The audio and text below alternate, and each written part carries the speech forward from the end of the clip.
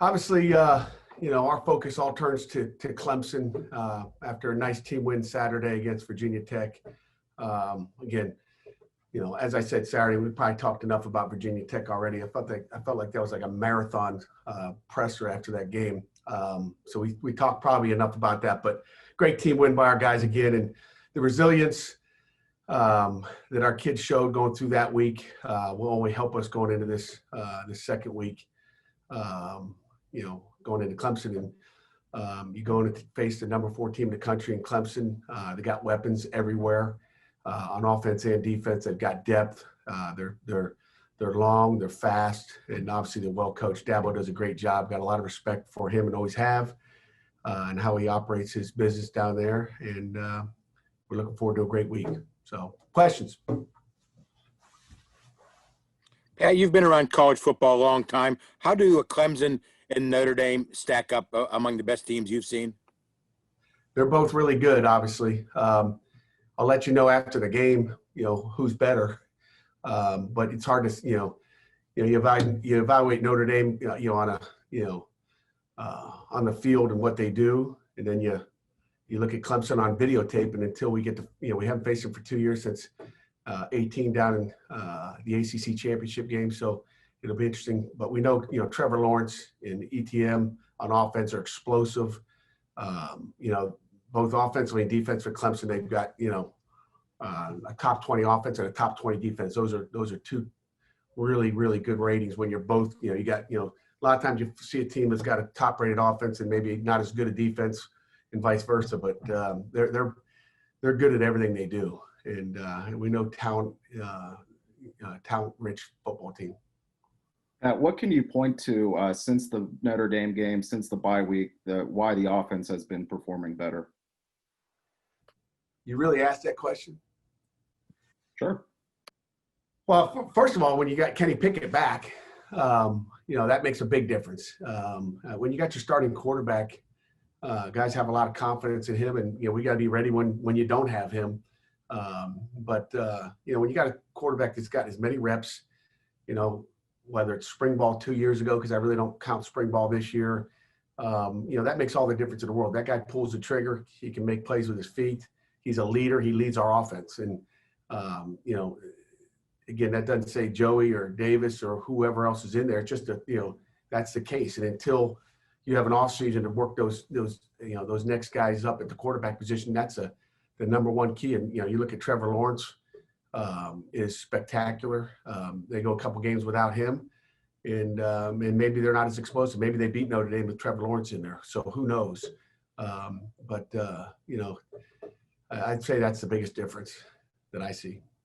Pat, sort of, at the same time, how much of that is just the guys around Kenny progressing and getting better and getting more comfortable with their roles are and what they're asked to do? Yeah, I think that's important. But you look at the makeshift offense that we had Saturday. Does it really matter? I mean, we can be explosive either way, but I still believe Kenny's the guy that is running the show. And we got 3 linemen out. You have Jordan Addison, your leading receiver out. I don't know. If you asked me one question, I gave you my answer. You guys can have all the answers you want. That's my opinion. Pat, you mentioned Addison. Do you guys expect to have him this weekend in Clemson? You hope you do, but there's we'll see in time here. We'll see how this week goes with all those guys. I mean, with COVID protocols, with injuries and all that, you just don't know. And I'm not going to push guys out there before they're ready. That's not my job. My job is to coach the guys that are ready to go, and we'll continue to do that. Do you have players that right now won't play, or is everybody still at least possible that if the testing continues to go well this week could suit up? It's you never know. You never know because there's one thing going on a 10 or 14-day quarantine. It's another thing to how do those guys feel? And they got to come back. They got to do all their EKGs and heart scans and all the things they do. They got to go through conditioning, and then they got to feel good, and I think there's a difference between guys that are asymptomatic, and I think that's, maybe what the public doesn't realize. There's asymptomatic guys who usually come back and feel pretty good and can start up right away, and then there's guys, if they're symptomatic, if they have any symptoms at all, it takes them a little longer to get their breath. There's just things that linger, that, it lingers with people more than others. And that's what we don't know. I don't know how long things are going to linger. And that's, 14 days, 10 days, that's bad enough as it is. But then, guys don't necessarily feel great coming back. Coach, what can you take away from what Boston College was able to do in that first half? Because they're really one of the few teams that have challenged Clemson at all. How were they successful in running up the score? Yeah, obviously, they got a really good offensive line. I think, they got a deep passing game. They did a nice job running the ball and throwing it deep and making shots. And Phil's a good football player. And then defensively, they're really good. I mean, they're sound. They're gonna make you earn it, and I think that's kind of what you saw in that game. Pat, the emotions were revved up for senior day on Saturday, but for these seniors especially, will the emotions be even more revved up? They get a chance to play a game on national TV against a really strong opponent that might even rev them up even more. We'll find out when we get there. Sometimes they say, can you get jacked up 2 weeks in a row? That's the emotion and energy you talk about. You want it. Sometimes it's hard to replicate that. You hope so, but you see how the week goes, and you kind of see how you just don't know. I mean, you don't know how that goes, and you hope it's high every week. But we're talking about 18 and 22-year-olds. Pat, kind of off of Jerry's question, what do you tell your team in preparation, being such a big underdog on the road? How do you tell them about how you overcome this obstacle? You know what? It's really worry about what we do. Not worried about Clemson and who they are.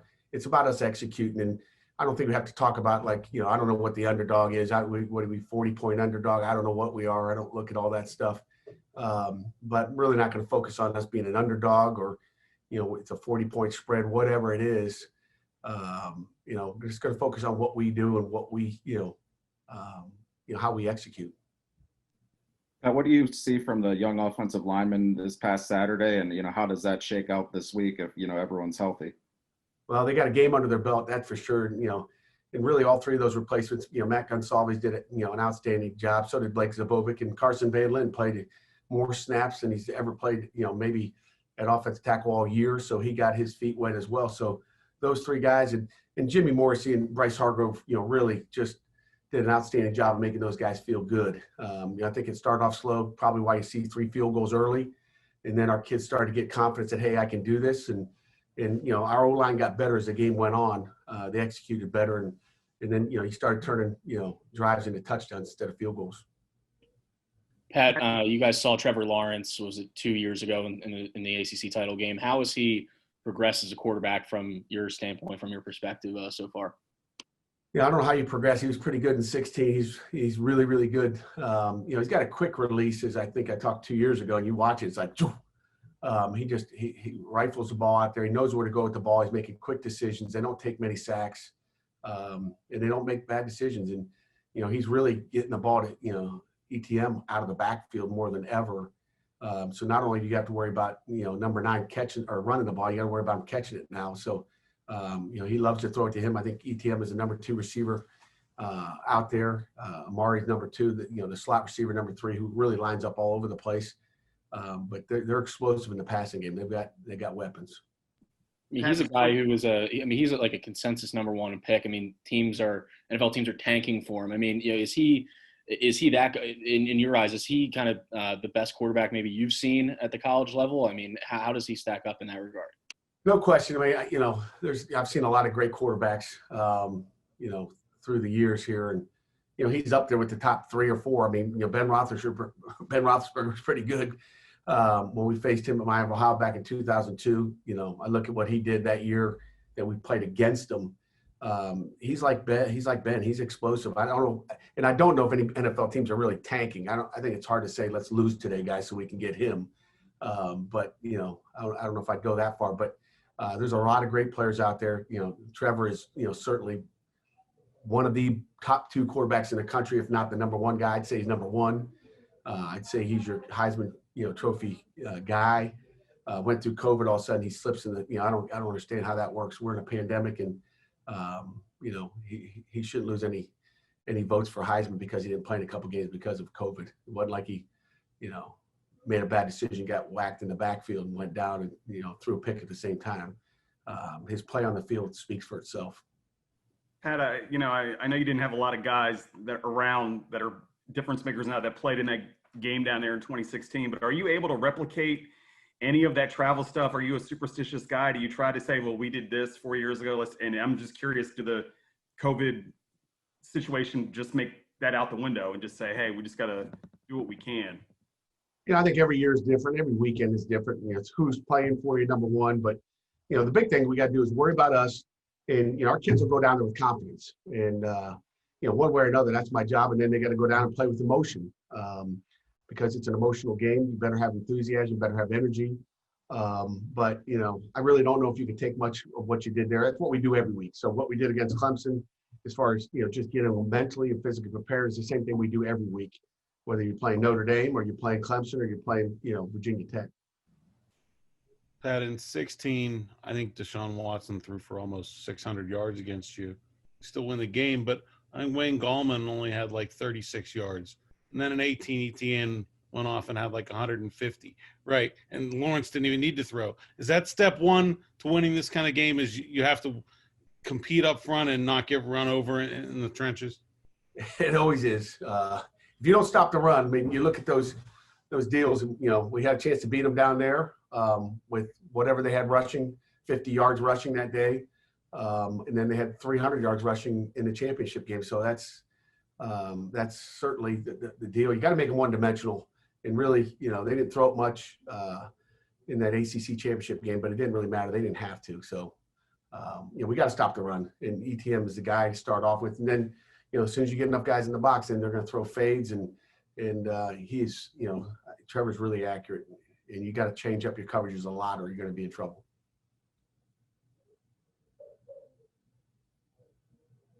Pat, I'm curious, with the schedule seems to change by the minute.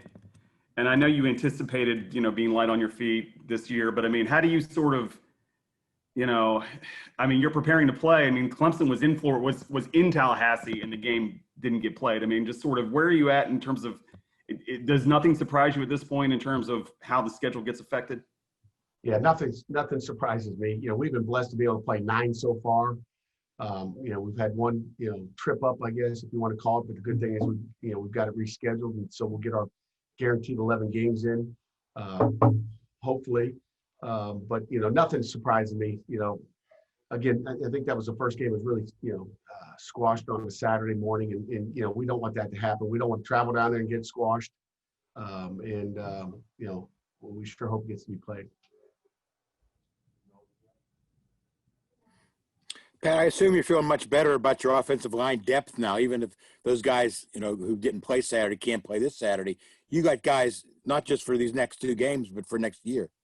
No doubt about it, Jeremy. It's kind of a spring game, if you want to call it, Saturday. We got a chance to, see who the future is at some spots and know that, hey, they got a game on the belt. They're going to feel much better, whether it's this weekend, if they get that opportunity again, or, next year. It just builds your depth for the future. Who might be there and who might be playing that spot. No doubt about it. Is it just the position, or has it been something else when you haven't had Jordan Addison available that has led those 2 kind of big explosions from DJ Turner? And can you find a way to get those guys going at the same time when you do get Addison back? No doubt about it. I mean, you can only throw it to one guy, though, and we definitely got to find more ways to get DJ the game or get DJ the ball in the game if Jordan does come back. So, we just got to, if Kenny could throw like that, it'd be really good. But we got to get to the guy that gets open. And I think that's the major thing. It's not really throwing it to a guy. Sure, if there's some bubbles and stuff, you want to get guys the ball in space. But DJ's definitely a guy that, we got to find ways to give him the ball more. You guys got hit with 2 of those celebration penalties on Saturday, one after Patrick's fumble recovery, one after DJ's touchdown. I'm curious, neither of them really seemed like much. I'm curious, what do you tell your guys, after they've made a big play, a massive play in the game, and they're obviously happy and excited about it. What do you tell them to kind of balance showing their excitement, but also maybe just trying not to get hit with a penalty like that? I don't know. That's a great question that I need to get answered. I don't make those calls. Going into the season, I didn't know this was a big emphasis. Every year the referees will say, "Hey, this is an emphasis this year." A couple years ago, they didn't like, the knee show, and now you can have, now you can look like Juan Price and no one cares. But no one alerted me that you couldn't have fun playing the game of football anymore. Okay. There's nothing choreographed. It's called excitement. It's called energy. And I want our football team to have energy and play with excitement. Now, I don't want it to be excessive, but when it's on the sideline, you kind of go, what are we doing here? I mean, I don't get it. I'd like to know how many were called. Maybe some of you guys can do your homework. EJ can do your homework. How many were called in other games? I know they got a pick against us last week, and there was a lot of talk on our sideline because it was on our sideline and really almost taunting our sideline. But there's no flag there. So I don't know what to tell you. I wish I had answers. I'm going to try to get answers. We've had, 4 in the last 2 weeks. I mean, we got someone does this and gets a penalty. We got someone that does like this and gets a penalty. We have a receiver catches a touchdown pass, gets excited on the sideline. We go have our, our dunk fest on the other side. We don't get a penalty for that. Like, I don't understand. I guess we have to have a class, on how you can celebrate, the right way. But, I want our kids getting excited. This game of football is a fun game. You're supposed to have fun when you do it. We talk all the time about guys celebrating together, and it's discouraging when, these kids have been through a lot. I don't know if anybody appreciates how much effort these guys put into the game of football, playing it, practicing it every day, going through the COVID protocols that we have, and then you want to throw a flag for someone getting excited and try to squash the party. That's not what college football is all about. These are all amateurs that should be excited when they make a play. So it's probably a question for the ACC office, I guess. Pat, the last time you guys traveled, you came back and you had a COVID situation. We don't know if that was specific to that or not, but have you made changes to the way that you guys are traveling or anything this time around? Well, yeah, you don't know. I mean, that's the hard thing about this whole thing is you don't know if you got, I know we're not going to eat in a tent, we stayed at the Westin Hotel this past weekend. They did a great job. I mean, they had, if I'm serving food right here on this podium here, they had a glass wall to the ceiling. It just seems so safe. And I think kids feel comfortable when it's like that. And it wasn't like that down in Tallahassee. So, again, nothing against them down there. It's just what it is. And it's, what they had available. And there's, I guess maybe next time we got to go out to eat somewhere, where we feel better.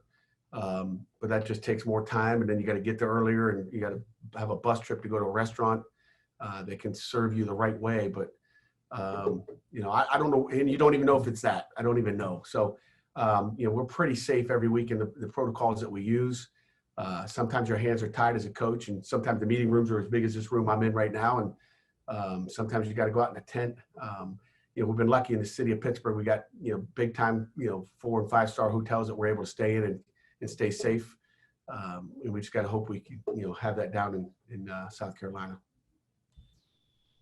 What a final question? Anyone? The basketball teams around the country have had generally some tough luck getting going here. Has at Pitt since, there's been a lot of teams shut down and games canceled already. The season hasn't even started yet. Since you went first, have you been in contact with the other programs at Pitt to try to talk about some of the things that you guys did that have seemed to have worked? Well, I haven't had time, but I know Chris Sala has, been in touch with, anybody that asks questions. I mean, I think we do things the right way. We got, the same doctors. Jennifer Brown does an outstanding job. She's kind of in charge of the whole athletic department. So she knows the protocols we're, doing down here. I'm sure she's doing it because she works with basketball every day. They're doing, we're all work together, I would say. But, I haven't had any contact with, anybody up there in the athletic department. We just don't have time. I mean, I'm lucky I talked to my wife. So she knows the protocols.